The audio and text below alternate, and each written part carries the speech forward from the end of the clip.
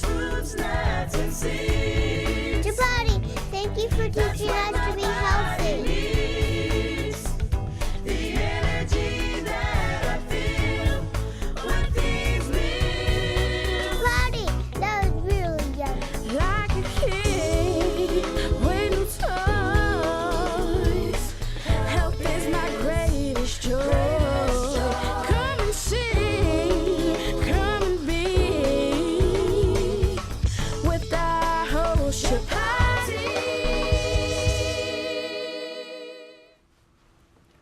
Hello and welcome to Food with Life. I am your host Chapatti, and we're here at the Conscious Life Expo in Los Angeles, California, with a very revered guest, Dr. Eric Pearl. Very, very nice to have you. Thank you. It's my honor to be here. You wrote a very, very nice book called The Reconnection, Healing Others and Healing Yourself. It's a big title, and there's a big concept, reconnection. Tell me a bit more about it so I can learn. Well, the background story is I practiced as a doctor of chiropractic for 12 years.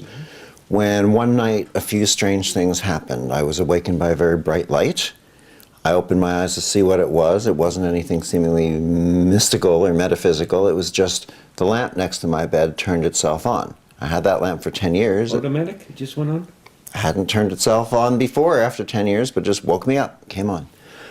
And it felt as if I was being watched, that there was someone in my home. It was such a real feeling that I got up with a knife and a can of pepper spray and my Doberman pinscher.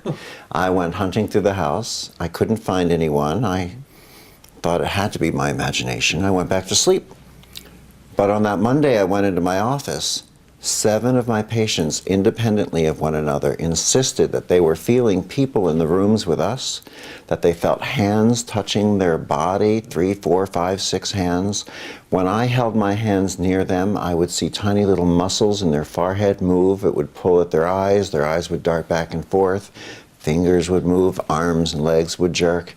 When they opened their eyes, they said they were seeing colors they'd never seen before, smelling flowers they'd never smelled before, and they started reporting healings, real healings. They were getting up out of wheelchairs, some of them, vision and hearing returning.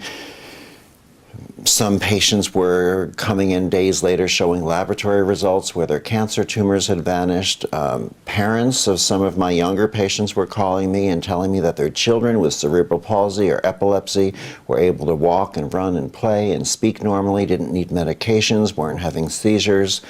Their doctors would call and ask me what I had done. I said I didn't do anything and don't tell anyone, which went over about as big as the United States government trying to just say no to drugs. AMA wouldn't approve of it too. Yeah, well, you know, actually, at this point in time, I've trained over 75,000 people around the world. The book, The Reconnection, is in more than 36 languages, and a lot of medical doctors, maybe about 10 or 15,000 medical doctors, nurses, physical therapists, researchers have studied this work.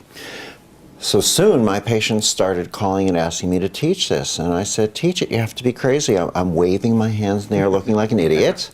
You go outside, wave your hands in the air, let me know what your neighbors have to say about you. But my patients would call me and they'd say, I drove home and I came to my house, and before I could hit the button to open the automatic garage door, it opened by itself, or I walked inside and my lamp or my television started turning on and off and on and off. I felt sensations in my hands. I would hold my hands near someone in my family, and my uncle could walk after the stroke, or my aunt regained her hearing or her ability to speak. And we found that once we interact with this expanded level of healing, it changes something within us. We found that this takes us beyond all the energy healing techniques that we know of, because it frees us of technique itself.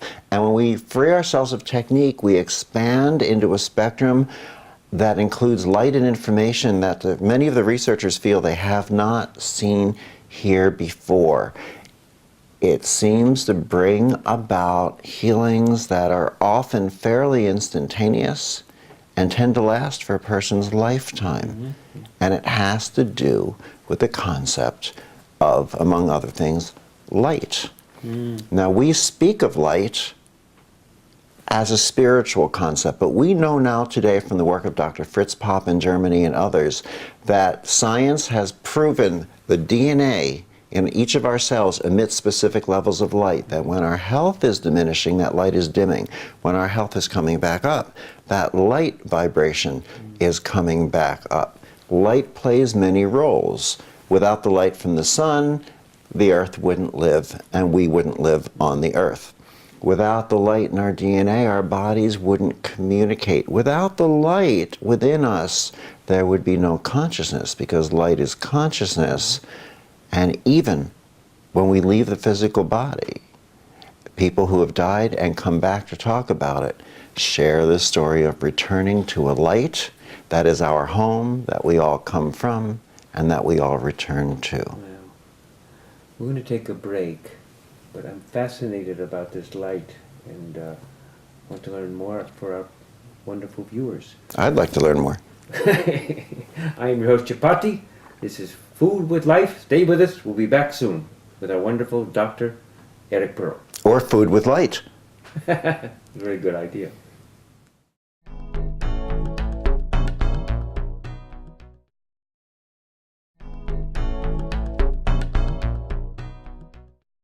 Hello and welcome back to Food with Life. I am your host, Chapatti, and we're here with our wonderful guest, Dr. Eric Pearl, who's sharing a wisdom and knowledge about what we call, or he has called, reconnection. You began to talk a bit about light. Light is everywhere, even in darkness. Tell me more about your idea and concepts of light and its manifestation within individuals. Well, let me tell you an interesting story that led to my decision to call this the reconnection, reconnective healing, and led to our understanding of a connection specifically with light. Now, before I tell you the story, I want you to understand that I used to be a sane and normal person, all right? I was not raised this way. This is not something that I studied. This happened to me. And in short form, you can say I went home on a Thursday night thinking I was a doctor. I came back to my office on a Monday and I was something else. My parents always told me I was something else, but this was probably not what they had in mind. Right. Approximately 4 months into this, one of my patients came in for chiropractic. And at this point in time, I would adjust my patient, always tell them to close their eyes and relax. I would hold my hands near them, feel the healing sensations, watch their bodies involuntarily move. When I did it with this patient, his head jerked backwards, his eyes rolled to the back of his head, his mouth open, his tongue started to move in a way that you could see was forming vowels, and air began to escape through his mouth. The air condensed itself into a voice different than his. And the voice said, "We are here to tell you to continue doing what you are doing. What you are doing is bringing light and information onto the planet." Then he said a few other things. Then I had to stop the session because my other patients were waiting for me. I thought this was something unique to this one patient. You know, you hear of patients or of people who have a voice come through them, whether it's real, whether it isn't, I don't know. Just something about this person, I thought. But 2 days later, 3 other patients, heads jerked, eyes rolled, mouth open, tongue moved, air came out, and they said the first 2 phrases that this patient said. "We are here to tell you to continue doing what you are doing. What you are doing is bringing light and information onto the planet." Then 2 of them added, "What you're doing is reconnecting strings, and what you're doing is reconnecting strands." The first patient came back and said, "What you're doing is reconnecting strings." None of these patients knew each other. A few days later, 5 other patients did the same thing. Over the next 3-month period of time, over 50 different patients lost consciousness and spoke 6 word-for-word phrases. I gave you the first 4. Now, when these healings came about, people said to me, "What do you call this?" And I say, "It doesn't have a name." They said, well, it has to have a name. I said, well, it doesn't have a name. They said, well, it has to. I said, no, you see, if you give it a name, you put it in a box. You say, this is what it is, and this is what it isn't. And there were two things I knew. One, I knew that I did not know what this was. And two, I knew that I definitely didn't know what it wasn't, because it was getting larger and larger and larger. But a lot of people couldn't stand the fact that it didn't have a name. So in the Northeast US, they started calling it Eric Pearl healing. In the Southeast, they called it Pearl high frequency healing. All around the country, they started giving it different names. So I thought, what do I call this? What do I call this? And I thought of the third and fourth phrase. What you're doing is reconnecting strings.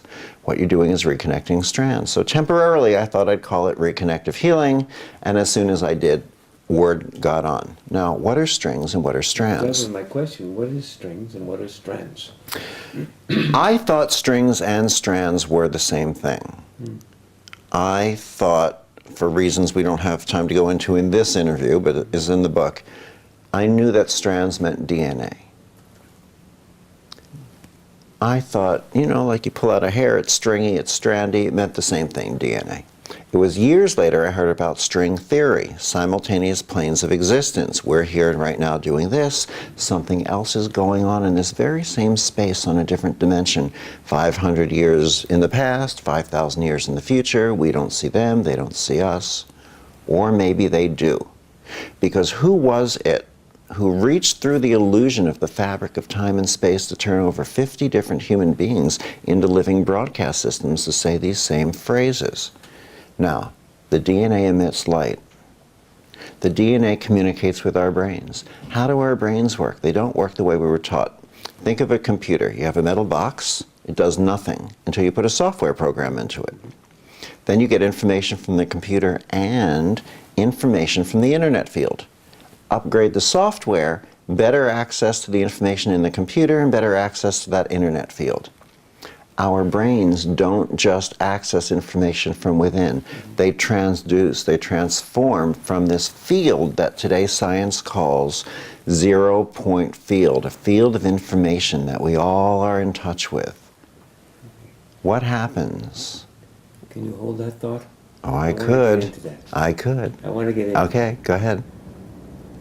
I am your host, Chapatti. This is Food with Life. We'll be right back with some more interesting, wonderful information about this grand field that Dr. Eric Pearl is talking about. Stay with us. We'll be right back.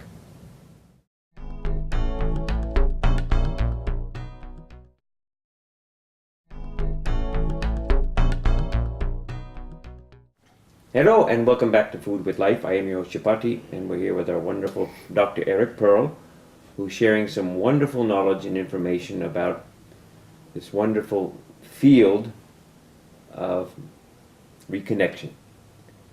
You were beginning to elaborate. So think of the 0-point field as an endless field of information we're always in touch with. When children on a school bus on a long ride, one child falls asleep, another child stares at them until they wake up. They're in the field. You think about a friend you haven't thought about for 3 years. 3 minutes later, the phone rings, it's them. We're in the field. So people who are geniuses, people who are psychics, people who are healers, it's no big mystical secret. They're just tuning into the field a little more sensitively here, a little more sensitively there, not overthinking it and responding to the information. So it's a higher field which we all have access to, yes? We all exist in, we always have. Science is only beginning to recognize and acknowledge it now. We have to remember, a lot of people think that if science hasn't proven it, it can't exist. But we're looking at it backwards. If it didn't exist first, science would have nothing to discover. We confuse absence of proof with proof of absence. So now we recognize 0-point field.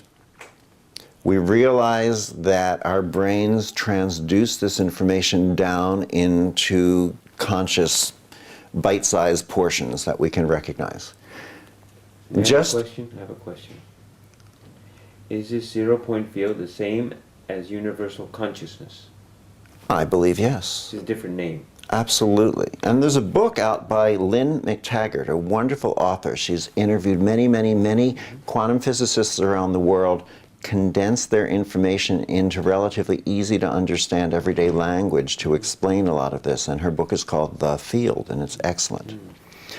Now, just like we talked about the computers and the internet field, what if our brains are our hardware, our computer hardware? What if our DNA is our software? And what if, as 5, or I believe 6 now, studies have already shown, what is happening with reconnective healing is that we are restructuring the DNA, bringing about more coherent, higher vibratory levels of light. Then what we are really doing is facilitating a human software upgrade, which allows for better access to the information within the brain, better access to that multidimensional field of information, which means, since we go where our attention goes, this is allowing us to become more multi-dimensional human beings. Tapping into more of what is innate, yes? Which is there, except our eyes have been closed. And now you're showing us a way to open them. Now we're learning to see. We are reconnecting more fully with who we are, which includes our consciousness and our awareness. Now when I teach seminars on this, I introduce this in steps. So for instance, most of the seminars that we teach, and I'm on the road teaching all around the world 45 weeks a year, I give a 3-hour presentation usually on a Friday night. We talk about the history, the theory, the philosophy, the research, some of the things we're discussing today. We give everyone an opportunity to feel this in your hands because it's very palpable, very clear and easy to feel. And we bring up some volunteers from the audience to give live demonstrations so you can see the reality of the healings. But Saturday and Sunday is very different. It's a real working seminar. I always tell people, don't come, and I mean it, don't come to this Saturday, Sunday seminar if you think that we're all going to sit around, hold hands, burn incense, beat a drum. It won't happen. I demonstrate the work from the stage. Then we go to massage tables. So if you're at the seminar, for instance, one person might be lying on your massage table, you would be standing up. My team and or I would walk around to you, take your hand, show you how to begin to feel and access these frequencies, and you would most likely see the body of the person on the table jerk, or their eyes start to move. We'll show you how to feel or find a different portion of it, feels different. You'll see their body movement change. You'll start to correlate what you're feeling, what you're finding with the physical response you can see in that person on the table. We go back to the chairs, we talk about it, we show you something else, we go back to the massage tables again. It's a working seminar. But by the end of one weekend, not 5 years or 1 year or 3 months, but one weekend, I can pretty much make you 2 promises, which are A, you will be able to do anything and everything in the way of healing that I can do. Yeah. And B, you will be able to do anything and everything in the way of healing that any human being anywhere on this planet can do, whether they were raised by monks in a cave in a mountaintop in Tibet, or whether they work out of a church in Brazil, whether it's their family lineage. It makes no difference, because today it is about no longer looking at people to see what makes them separate, distinct, or special. Today it's about us learning to say what makes us each the same. And in order to see what makes us each the same means that we have to step up into becoming 100% of our capacity. And when we do that, we are all 100% at the same level. Great. We're going to talk about this more. I have some wonderful questions. Okay, so hang on with us. Okay? I am your Chapatti with our wonderful guest, Dr. Eric Pearl. Will stay with us. We'll be right back.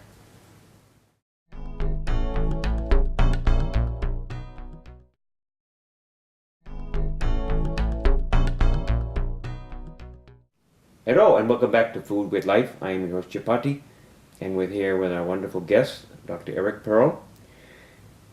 We were just talking a bit about innate potential. That which we're endowed with, and many of us have not used much of it.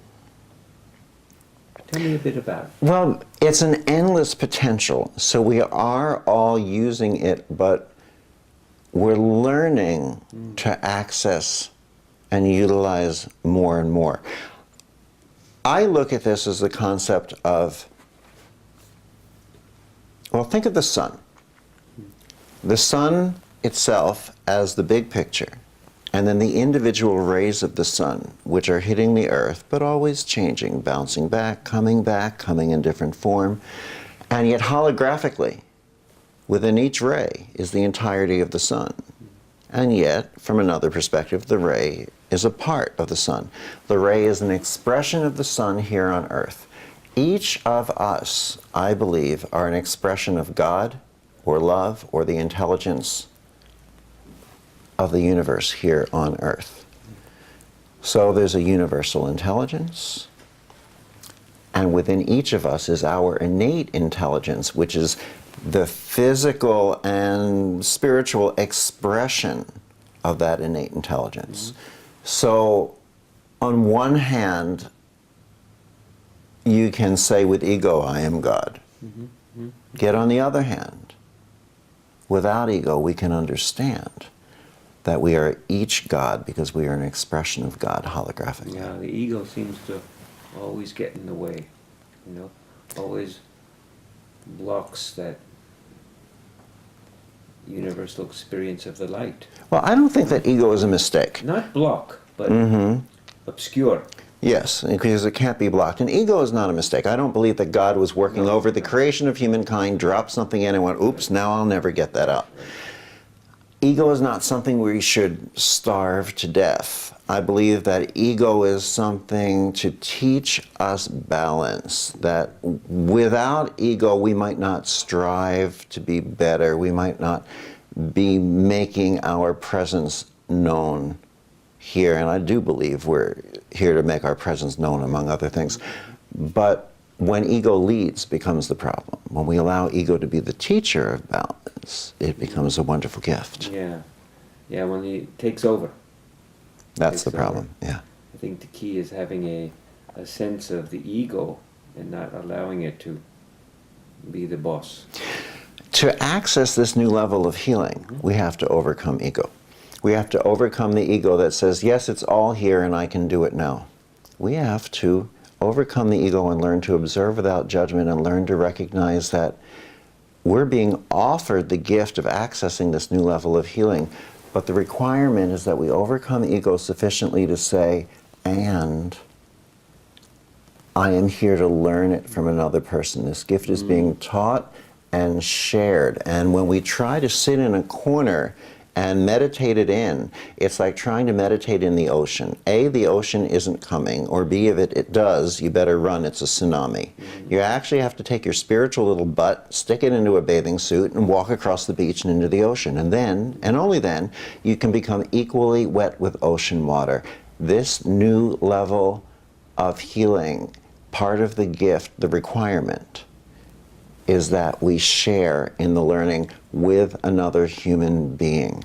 The gift of this work is that it allows us to transcend our techniques, like removing training wheels from a bicycle so you master the bicycle. The gift of the technique comes only when you transcend it.